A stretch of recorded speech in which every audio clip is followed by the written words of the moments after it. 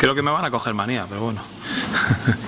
Bueno, el siguiente ponente, el tercer ponente es Tomás Elorriaga, es director de Banpro, es experto en emociones, psicología positiva, empresas saludables y bueno, de eso nos va a hablar, de emociones, bienestar y salud. Vamos ahí.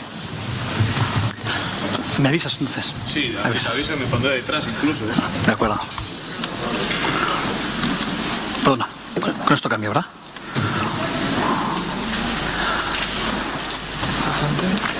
Ok.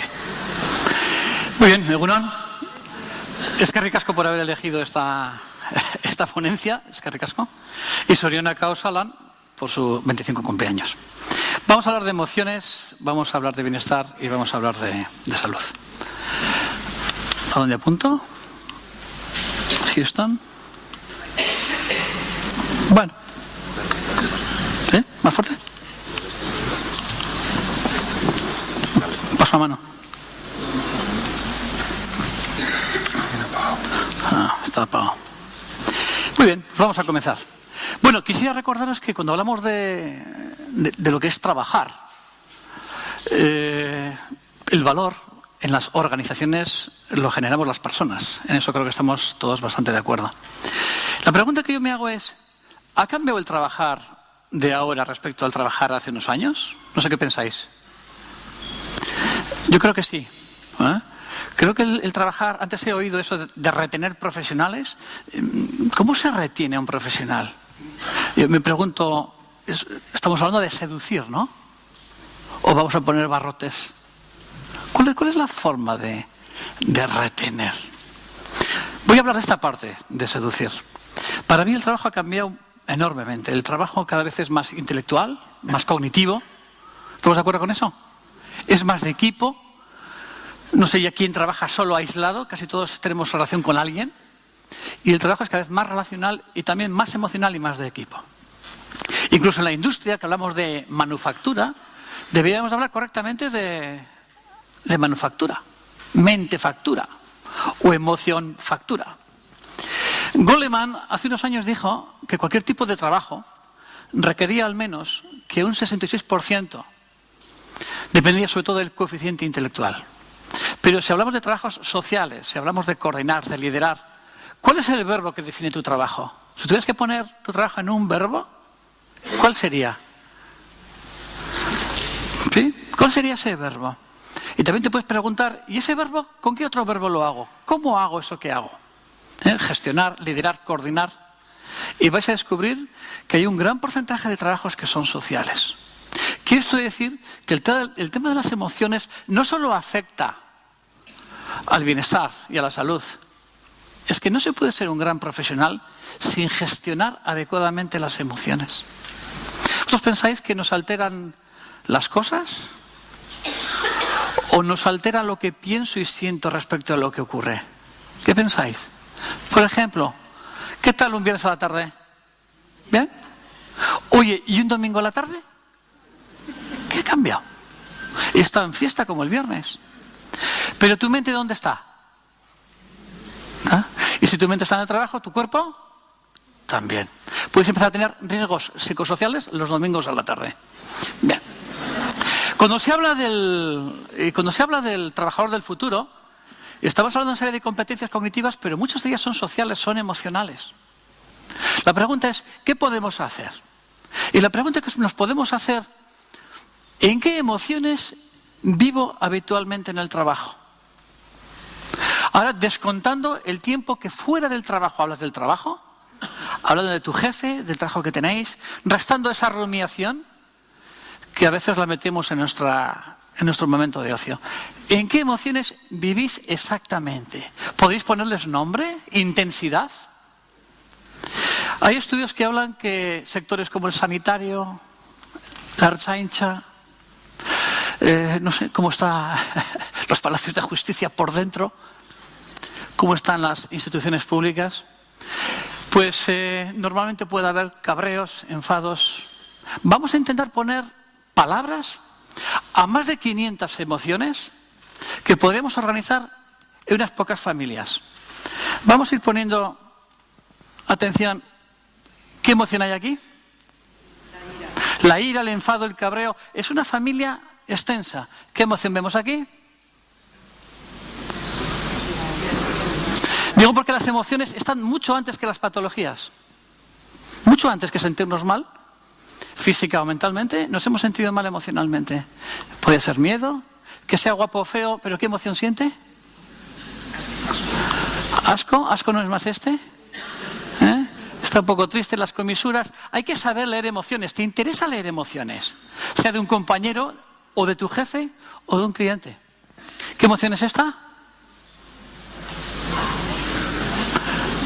Hay lo que he dicho. La vergüenza, por ejemplo. Bueno, estas 5 no son muy agradables. Voy a ponerlas. Estamos diseñando familias de emociones, ¿de acuerdo? Por ejemplo, el asco está diseñado para tener repulsión, por ejemplo, a alimentos. Lo que pasa es que también somos seres sociales y tenemos repulsión a personas. Con tal persona yo no quiero trabajar. O ese tipo de trabajo me da asco. Trabajar de noche me repugna. Esa es familia del asco. ¿Sí? ¿Os fijáis que las 5 de arriba son no agradables? Tenemos que saber que hay más emociones no agradables que emociones agradables. Y la pregunta, ¿es gratis estar en estas emociones? Nunca supe para qué me iba a saber la carrera de biología, nunca he sabido para qué. Y me ha servido para darme cuenta que detrás de las emociones hay sustancias químicas. Hay mucha gente que se cuida muy bien, que come muy bien, limpito, hace yoga. El otro día le pregunté a una chica, ¿y tú en qué emoción vives habitualmente? Y me dice, yo en el odio. Digo, ¿así? ¿Y andas comiendo bien y envenenándote en tus propias emociones? ¿Pero pensáis que esas emociones son gratis? Bueno, vamos a equilibrar un poco. La sorpresa, oye, que mañana estás de noche, ¿así? ¿Sorpresa? Primero sorpresa, luego vendrá otra emoción. Y aquí tenemos unas emociones agradables y nos interesa que cualquiera de nosotros pueda distinguir entre una emoción y otra. Y dentro de la familia, ¿de qué intensidad? La alegría, la calma, la tranquilidad, la seguridad, el aprecio, la confianza, la admiración, el amor y la curiosidad. Vamos a ver esto como efectos. ¿Es verdad o no que la emoción nos mueve? ¿Estamos de acuerdo con esto?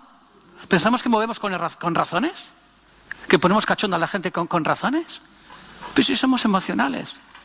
Mueven las emociones y las emociones van a hacer que la gente se muevan hacia ti o hacia ti o lejos de ti, porque hay emociones que nos acercan, ¿sí o no? ¿Qué emociones nos acercan? ¿Qué emociones nos alejan? ¿El asco? ¿La ira?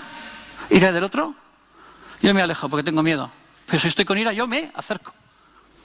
Debemos de empezar a distinguir cuáles son las emociones y los efectos. Hay emociones que permiten ordenar mi pensamiento y emociones que nos desordenan el pensamiento. Hay emociones que nos animan a cambiar, a transformar, y emociones que nos llevan a resistirnos. El tema está, ¿eso no es verdad que esto nos afecta en nuestra salud? Creo que hay bastantes evidencias ya. ¿Con qué emociones habéis levantado hoy? ¿Por qué os hago esta pregunta? Porque lo más difícil no es leer emociones en los demás. Lo más difícil es saber en qué emoción yo estoy en este instante. Y aquí os pongo un recurso. ¿Cómo me he levantado hoy? Ponerlo ahora, o el momento, o cogerlo ahora. Agradable o desagradable. Y usar la escala y elegir una de las casillas. ¿Y qué nivel de energía tengo? ¿Alto o bajo? Y si vais a la unión de las casillas, os tenéis que fijar en cuál de los cuadrantes entramos. Cuadrante rojo, emociones de alta intensidad negativas. ¿Qué emociones pueden estar ahí? La ira, el miedo, el asco, ¿sí? ¿Qué emociones puede haber aquí? Desagradables de baja intensidad. ¿Qué pasa con la tristeza? ¿Nos da energía o nos la quita? Nos quita. ¿Sí? ¿Qué emociones pueden estar aquí? Emociones agradables de baja intensidad. La calma, la tranquilidad, la serenidad, el aprecio, la confianza, la satisfacción es de aquí. ¿Y qué tenemos por aquí arriba? La curiosidad sería por aquí. ¿Por aquí arriba qué tendríamos? La alegría. ¿Sí? ¿Cómo te levantas habitualmente? ¿Quiénes de vosotros pensáis que vuestros pensamientos y emociones afectan a vuestro lenguaje, a vuestra conducta? Levantar la mano, por favor. Muy bien. ¿quiénes de vosotros sistemáticamente, cada día, elige el pensamiento o la emoción con la que se van a tomar las cosas? ¿Levantar la mano?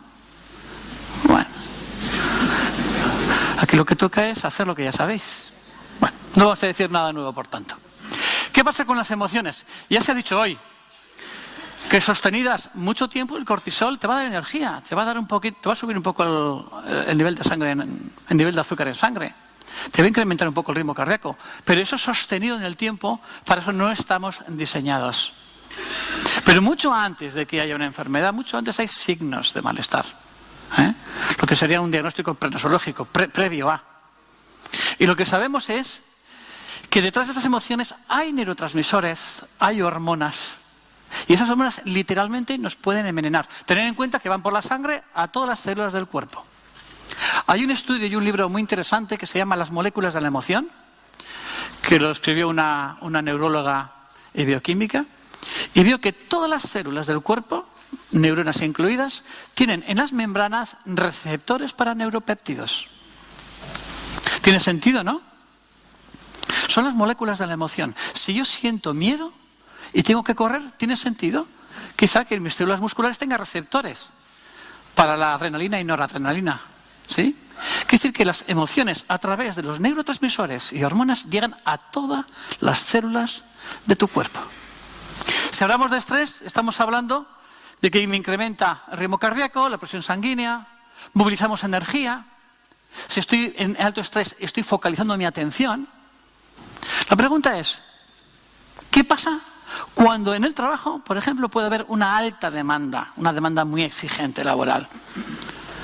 Y eso se repite, y se repite. Puede quedar, quizá, mi nivel de azúcar en sangre un poquito alto, dificultades para dormir, lo hemos hablado antes. Pero ¿qué emociones hay ahí detrás?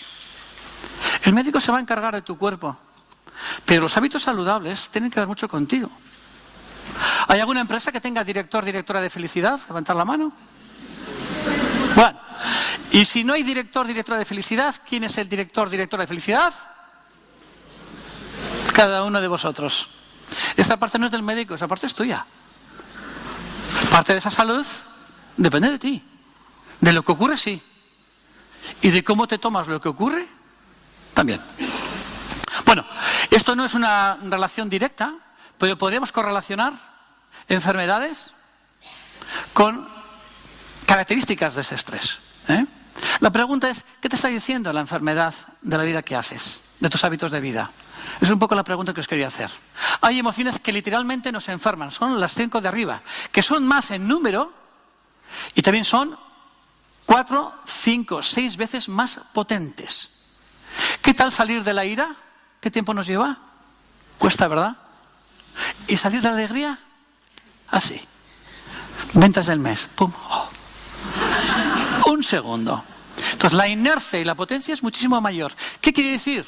Un poco la conclusión que quiero mostrar.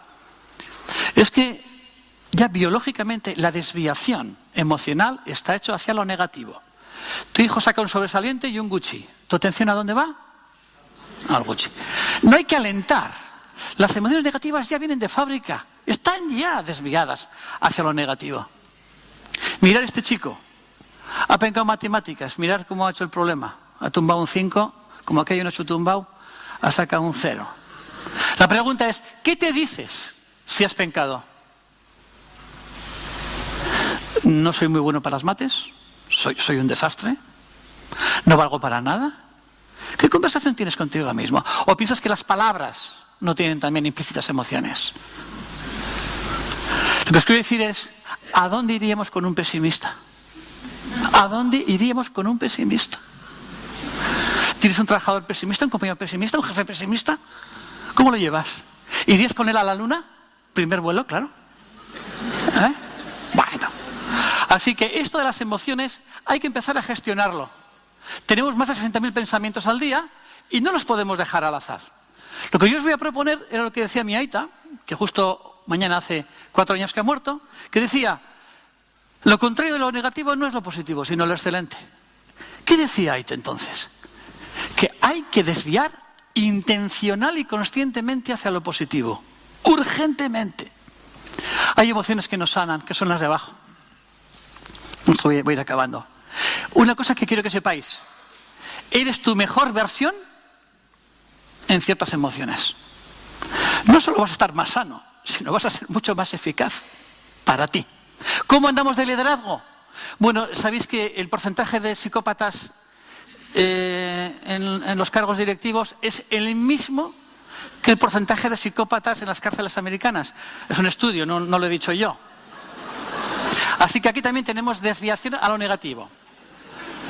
Jefes que se encuentran mal hablando de emociones, con impulsividad, bueno, podríamos chequearlo. Aquí hay un efecto que me gustaría mostraros.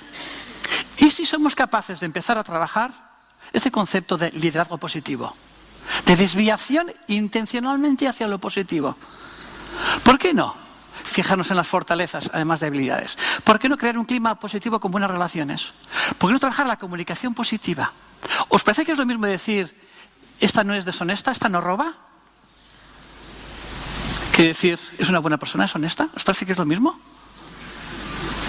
Esta no es honesta, primero pensamos en no honesta y luego le quitamos el no. Las palabras tienen inercia. No podemos dejar esto al azar. En mi opinión, un líder positivo genera un buen clima, buena comunicación positiva y sentido positivo.